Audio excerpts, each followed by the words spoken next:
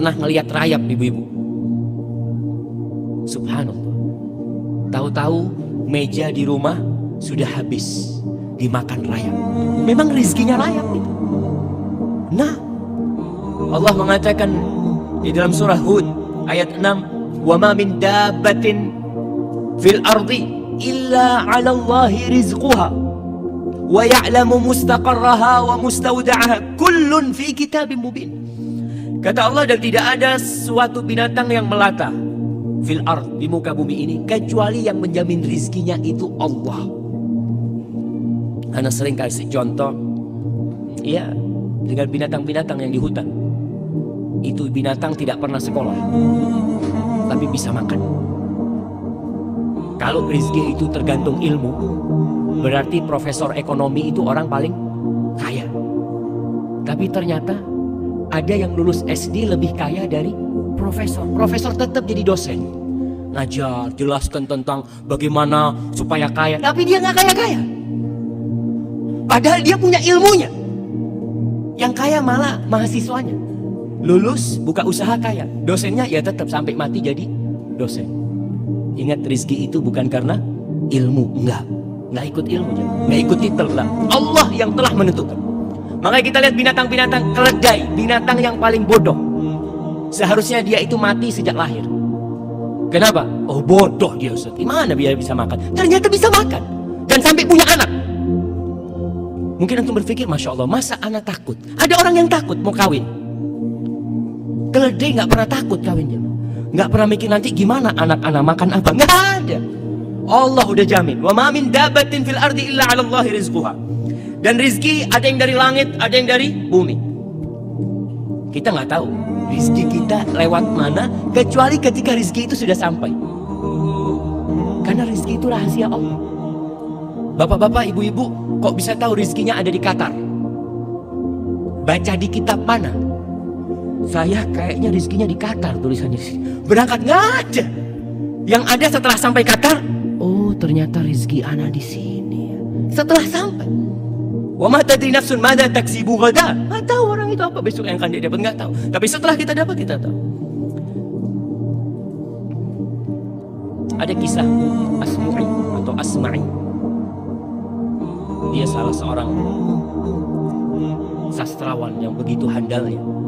Suatu hari dia keluar dari kampungnya, ketemu sama orang Badui. Ditanya sama orang Badui ini, "Man anta?" Kau siapa? Sambil naik ontanya nih. Asmu'i juga naik onta. Qala min bani Asmu, aku dari Asma. Qala antal Asma'i, engkau Asma'i yang terkenal itu sastrawan. Qala iya, nah. Kau dari mana? Maksudnya ini datang dari mana? Qala min ardin yutla fiha kalamur rahman.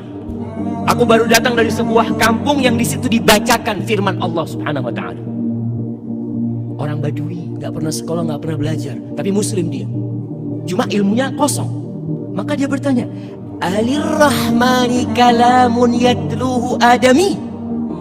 Apakah Allah itu yang Maha Pengasih Ar-Rahman itu memiliki firman yang dibaca oleh anak Adam? Qala na'am. Iya. Coba kau bacakan. Kepingin dengar Al-Quran. Selama hidupnya tidak pernah dengar Al-Quranul Karim. Lalu Asma'i membacakan surat Adz-Dzariyat. Wadz-Dzariyati dzarwa, sampai kepada firman Allah di ayat ke-22. Asma'i membacakan, ini orang dengarkan terus. Wa fis samai rizqukum wa ma tu'adun. Dan di langit itu ada rizki buat kalian. Rizki kalian itu dari langit, dan apa yang dijanjikan untuk kalian itu ada di sana. Terus orang Badui ini tanya, "Hadza kalamur Rahman?" Ini yang kau baca benar, ini firman Allah. Karena turun orang Badui. Hasbuk, cukup kata dia. Turun, dia sembelih ontanya. Dia potong-potong, nggak dikuliti. Terus dia panggil Asma'i, "Kau bantu aku nih, bagikan kepada orang-orang yang lewat." Onta yang dinaiki, dibagikan semua, pedangnya itu dia pukulkan supaya nggak tajam. Lalu dia mengatakan selamat tinggal kepada Asma'i sambil membaca firman Allah, "Wa fis samai rizqukum wa ma tu'adun." Yakin kalau rizki itu dari Allah Jalla Jalaluhu, bukan dari bos, bukan dari atasan, bukan dari suami. Karena terkadang ada wanita-wanita ketika diceraikan hidupnya jadi melarat. Karena dia berpikir, anak kalau cerai ini siapa yang ngasih makan anak? Allahu Akbar. Engkau muslim, engkau mukmin, gak pantas bertanya seperti itu. Kau ketika di perut ibumu, siapa yang ngasih makan engkau? Kau belum bisa bergerak, belum bisa berdoa, belum bisa berusaha, tapi Allah sampaikan itu makanan ke dalam. Maka badu ini pergi jemaah, meninggalkan kata Asma'i. Ajib, kata dia. Aku berulang kali baca ayat ini, tapi tidak membekas di hatiku. Tapi ini orang Badui pertama kali dia dengar, langsung menumbuhkan keimanan. Dan kita tahu itu salah satu khasiat kalamullah. Idza tuliyat alaihim ayatuhu zadatuhum imana wa ala rabbihim yatawakkalun. Tuh, orang-orang beriman apabila dibacakan kepadanya ayat-ayat Allah, bertambah keimanan mereka, dan mereka bertawakal kepada Allah Jalla Jalaluhu. Kita kadang-kadang enggak, kita baca biasa aja.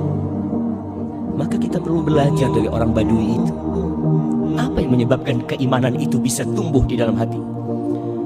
Maka para jamaah, rizki ada yang dari langit, ada yang dari bumi. Di surat Al-A'raf ayat 10 Allah mengatakan, walaqad makkannakum fil ardi wa ja'alna lakum fiha ma'aish. Kita telah menempatkan kalian nih, memposisikan kalian di bumi, dan kami menjadikan buat kalian penghidupan di sana, di bumi ini. Dan ingat, rizki itu telah dibagi, nggak akan tertukar. Rizki itu bukan sandal. Kadangkala kita pulang dari masjid sampai rumah, ini sandal siapa yang anak pakai? Kok kayaknya kebesaran? Rizki bukan sandal, sehingga tertukar, nggak ada. Makanya nggak perlu kadangkala orang punya usaha toko, tokonya sama-sama jualan sandal. Yang satu ketika ngelihat orang datang, ini masuk ke toko yang mana nih? Masuk ke toko sebelah. Allah, seharusnya itu ke sini seharusnya. Bukan. Memang dia ke sana rezekinya dia. Kalau rezekimu dia akan datang ke sana. Kau tutup, diketuk pintunya. Kalau itu rezeki, rezeki nggak bakal tertukar. Allah mengatakan, nahnu qasamna bainahum ma'isyatahum fil hayatid dunya. Di surat Zukhruf ayat 32. Nih, kita kajian udah berapa ayat nih yang kita dengar. Tapi ada bekas enggak di diri kita? Kadangkala enggak. Maka kalau belum ada bekas, ayatnya ditulis, pulang dibaca. Mungkin penjelasan Ustadz kurang lengkap, kurang sempurna, sehingga tidak membekas di dalam jiwa. Maka antum perlu untuk baca lagi, baca tafsir Ibnu Katsir, baca tafsir Tabari. Apa yang mereka katakan tentang ayat yang dibacakan tadi? Kata Allah, kami yang membagi di antara mereka penghidupan mereka. Fil hayat, Allah yang bagi. Para jamaah, kalau pembagian rezeki itu diserahkan ke Bapak Dubes umpamanya, kira-kira antum dapat semua enggak? Nah, kalau pembagian rezeki itu diserahkan kepada Bapak Presiden, kira-kira semua warga Indonesia akan dapat enggak? Enggak. Antum lihat kadang-kala di kampung itu ada raskin, kalau diserahkan kepada Pak RT yang dapat siapa? Yang dapat siapa? Ya udah, kerabat-kerabat dia. Karena manusia nggak bisa, Allah yang bagi. Allah, kata Allah, nahnu, bukan kalian yang bagi. Karena kita itu punya sifat kikir, punya apa, tapi Allah itu karim, Allah Jawad, subhanallah.